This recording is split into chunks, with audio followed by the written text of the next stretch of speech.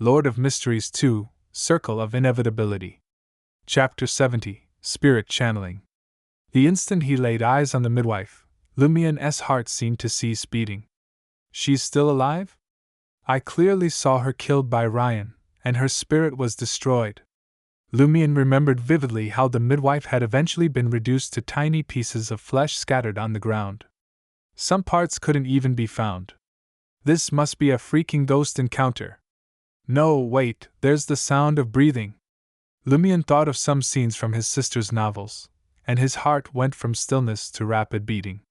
If it weren't for the midwife not looking at him, preoccupied with trimming the branches of the flowering tree, he would have reacted to the stress. Kacha, kacha. Tiny tree branches that grew haphazardly fell to the ground, snapping the stunned Lumien out of his daze. He subconsciously took a step forward, walking towards the place where the tulips bloomed. The midwife didn't stop him, or even turn around. Lumien couldn't help but steal another glance at her. She was focused on pruning the branches. The shadows cast by the flowers and trees made her profile look dark and gloomy. Not daring to linger, Lumien plucked a few tulips and left the administrator's castle. His heart was still pounding even when he returned to the village. After calming himself down, Lumien walked towards Raymond Gregg's house. It was still too early for Aurora to trigger the cycle.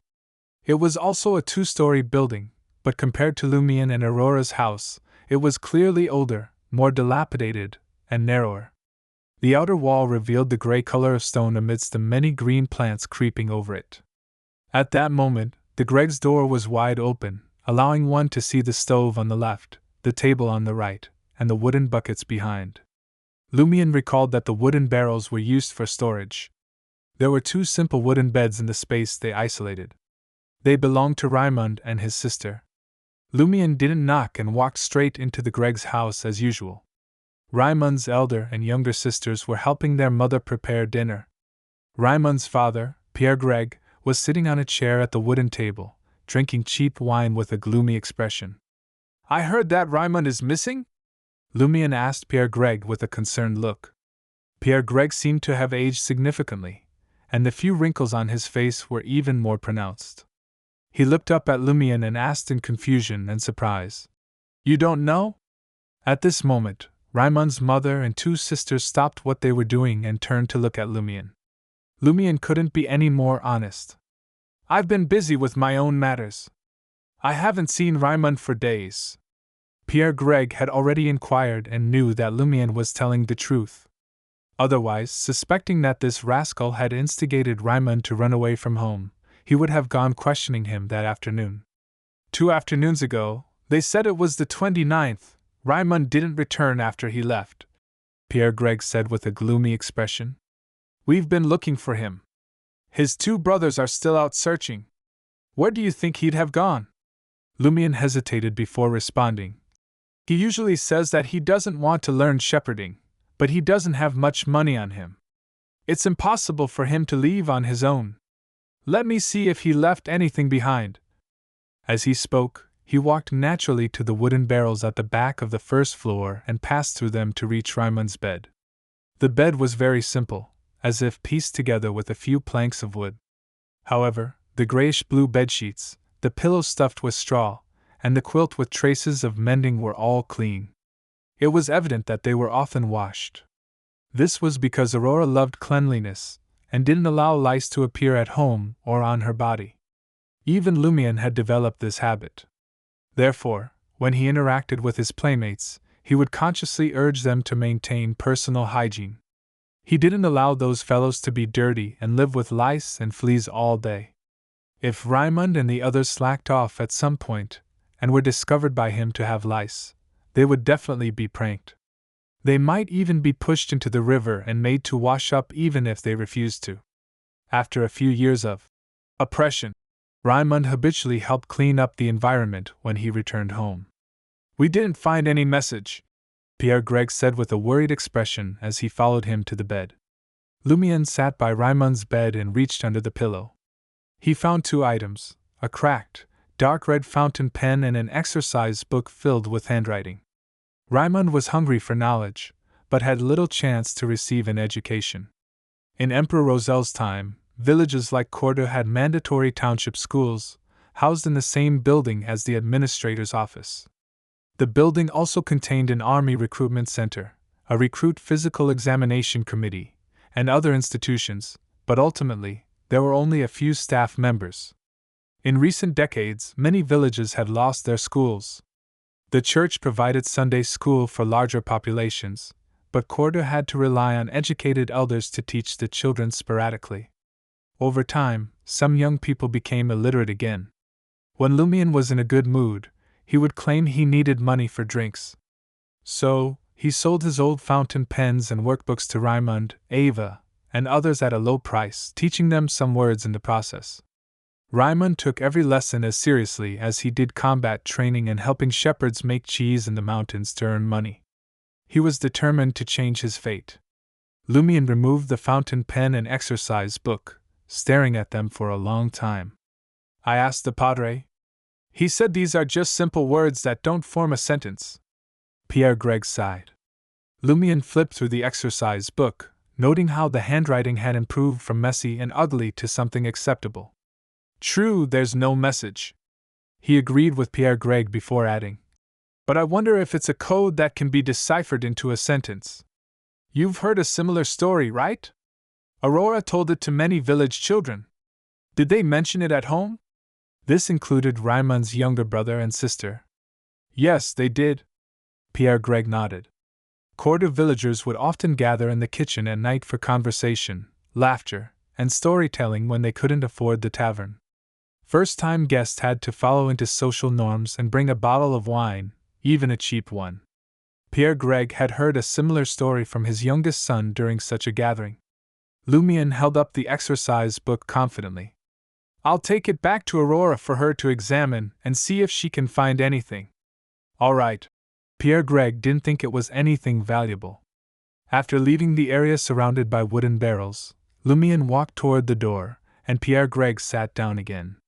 A few steps later, Lumion heard Pierre Gregg sigh and mutter.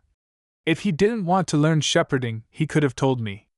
Why did he just leave? Our family will soon be wealthy.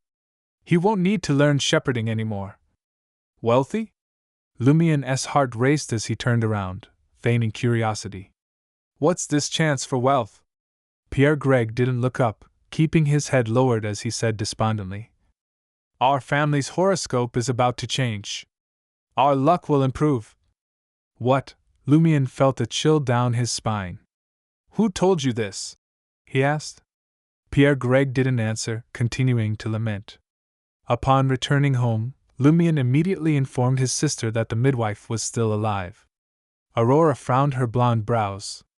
She's not necessarily a living person. Huh! Lumion was taken aback. Aurora pondered and said, Didn't we discuss this before? Madame Poilie's pathway might have the power to control the undead. That might be a zombie. Impossible, Lumion said.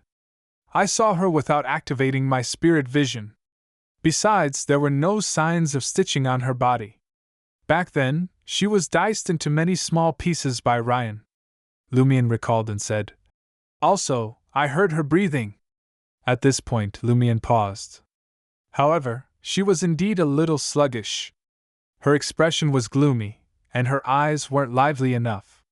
She looked almost exactly like Naroka, the one I saw on the night of the previous loop when Naroka took the initiative to enter Pyramitha.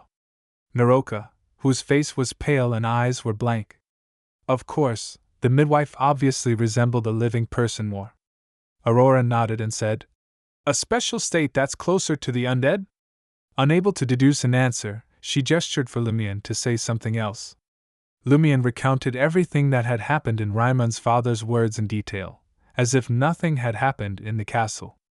Aurora listened quietly and nodded. Madame Poilie's doesn't seem to want to pursue the matter of the castle. I wonder what she's holding back.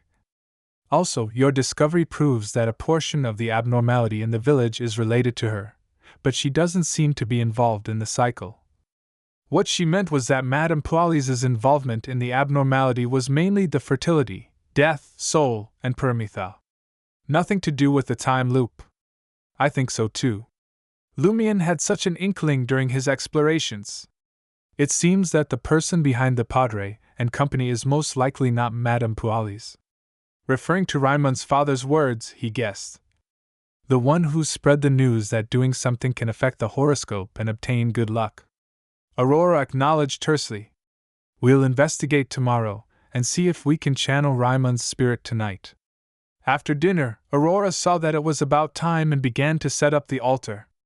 She was praying to herself, so she only placed a single candle, but the candle was replaced by another one made of slumber flowers and other materials.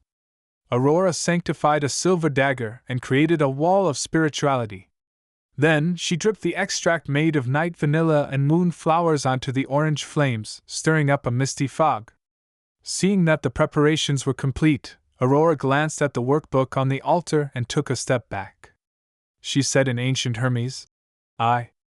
As she uttered the word, her eyes darkened, as if an invisible wind was swirling around her. "I summon in my name."